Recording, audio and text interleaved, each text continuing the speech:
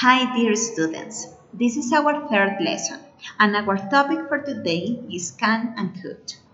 By the end of this lesson, you're going to understand can and could in order to talk about abilities in the workplace.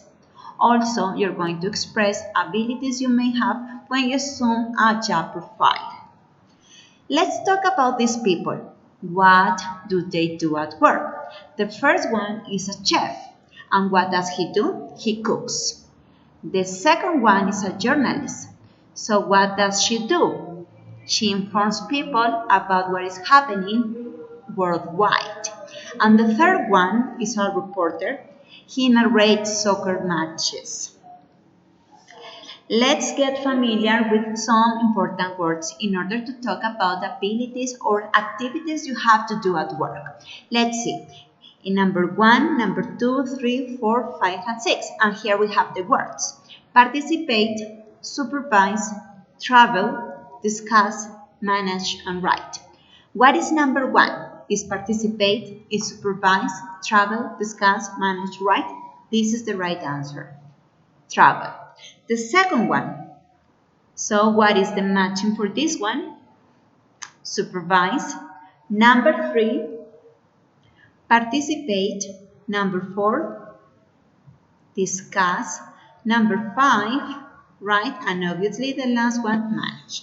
If you're thinking about responsibilities a person may have at work, so you can use those verbs. For example, a journalist.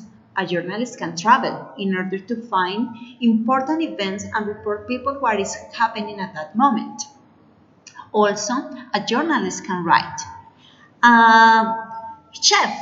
A chef can supervise because he needs to make sure that food is well prepared. Okay, let's continue.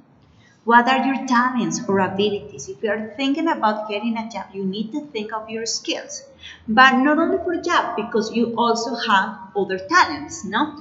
Let's think about those talents. Maybe I can sing, I can draw, I can drive, I can cook. So what are your abilities? Can you sing? Can you dance? Can you run 100 meters? What can you do? In this case, we're using the modal verb can, and we use can in order to talk about abilities and talents. Important aspects, we use can followed by a verb to describe our current or future abilities and talents. Yes, in affirmative you say, I can dance or he can sing. In negative, I can't. I can't sing or he can't cook. What is the grammar structure? Using could also, ¿no? Could is talking about abilities in the past, ¿ok? Nosotros utilizamos can cuando hablamos de habilidades, destrezas en el presente y posiblemente en el futuro. Pero could es para habilidades en el pasado. Básicamente, cuando utilizamos modal verbs, la gramática es exactamente lo mismo. Entonces, en ese orden de ideas, affirmative, subject, modal, en este caso estamos hablando de los modales can and could, plus the basic verb. Y cuando hablamos de basic verb, quiere decir que no utilizamos aditivos. No podemos decir he can't swim, por ejemplo. Eso sería un error. El verbo se pone en su forma original, no lleva S, no lleva ING, no lleva de nada, absolutamente nada, su forma base.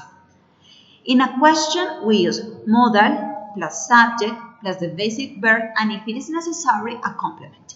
And in negative, subject, the modal plus the word not plus the basic form. Example of an affirmative sentence. You can sing beautifully. You could sing beautifully. Tú puedes cantar hermosamente. Tú podías cantar hermosamente. Question. Can he run that fast? Could he run that fast? Ven que es lo mismo. Lo que me varía es el tiempo. Can, presente. Could, pasado. He can't cook very well. He couldn't cook well.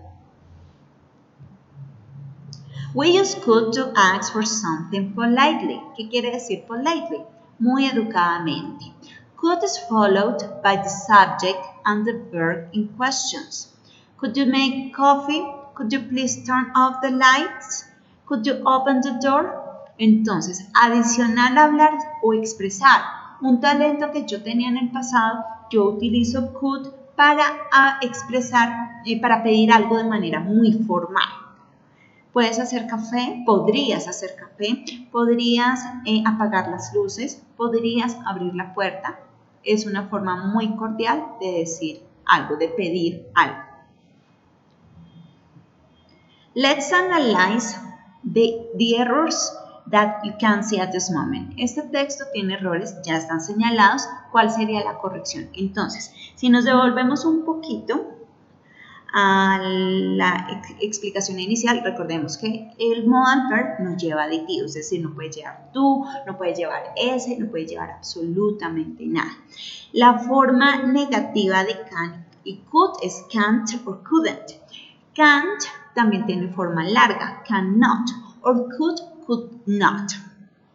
Esa sería la forma larga. Si yo voy a responder estas preguntas, por ejemplo, en la primera pregunta con can he run that fast? La respuesta ¿cuál sería?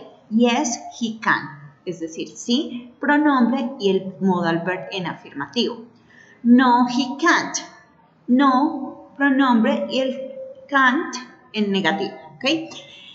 Lo mismo con could. Si me preguntan con could, pues yo respondo con could. Could he run that fast? Yes, he could. No, he couldn't. Now let's see those errors that you already can see.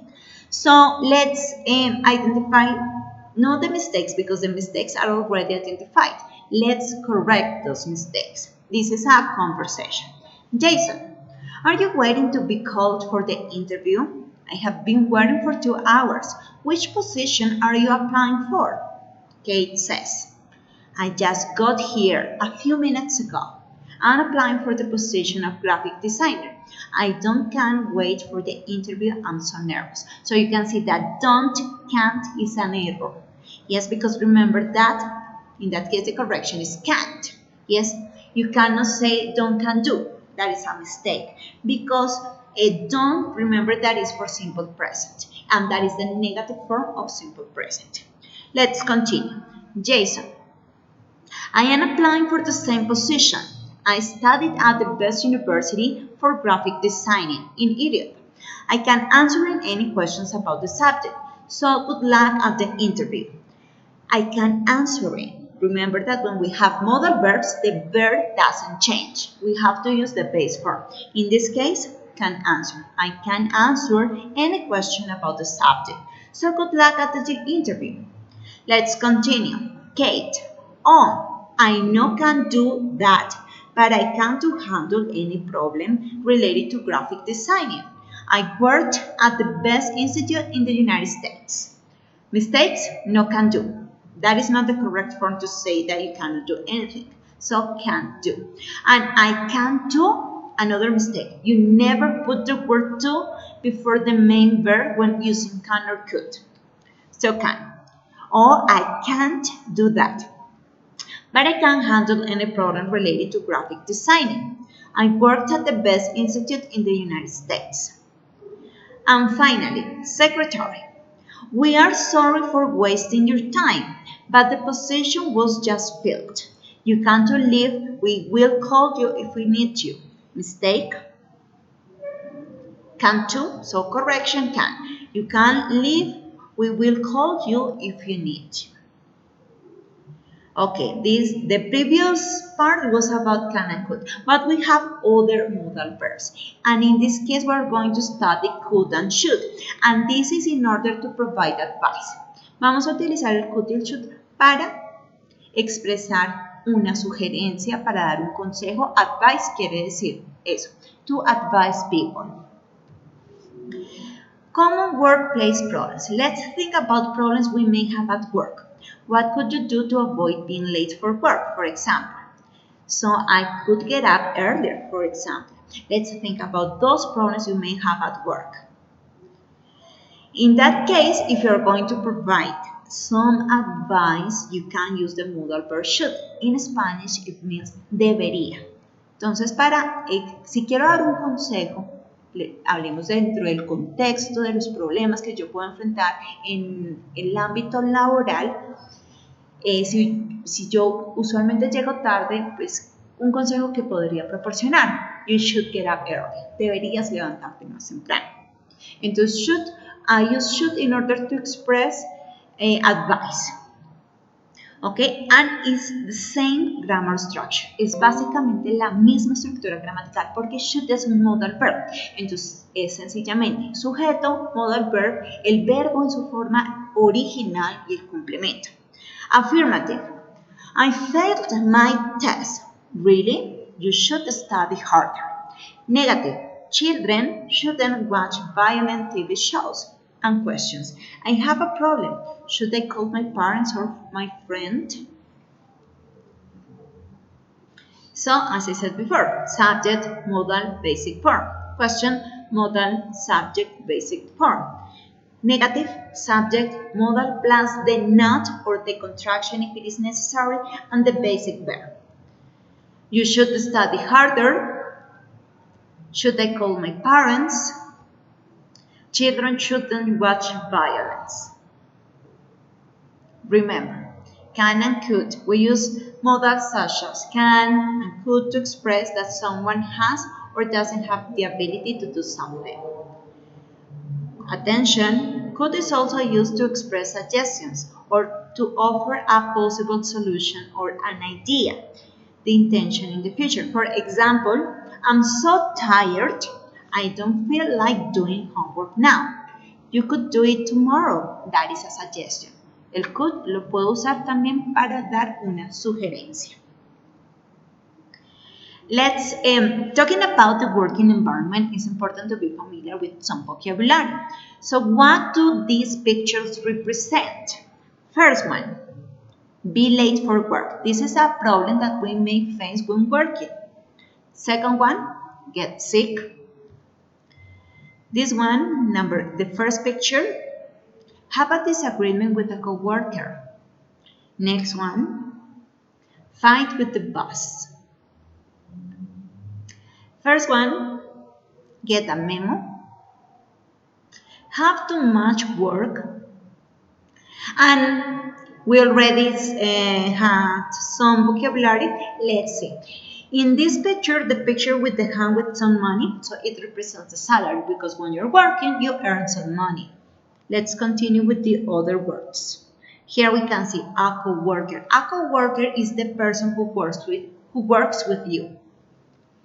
Feedback. Feedback represents that if you're doing well your job, so you're going to get a congratulations, you're doing very well, you need to improve this. So the feedback is the comments we have for something we're doing well or for something we need to improve. Fired. Fired means that you are not going to work in that company anymore because something bad happened to you or something wrong was done by you.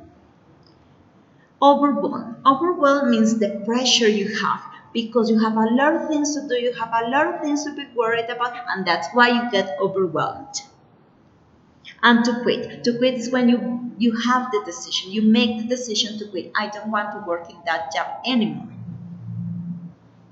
Thank you for your attention. Just practice. Don't forget that in Canvas you have important resources that you can explore, you can practice before doing the exercises. No olviden que las actividades de segundo corte deben realizarse a más tardar el 9 de diciembre. Si tienen alguna inquietud, alguna duda, no duden en contactarme y en caso que requieran una tutoría de manera presencial, solamente escríbanme a través de Hablane y podemos agendarla.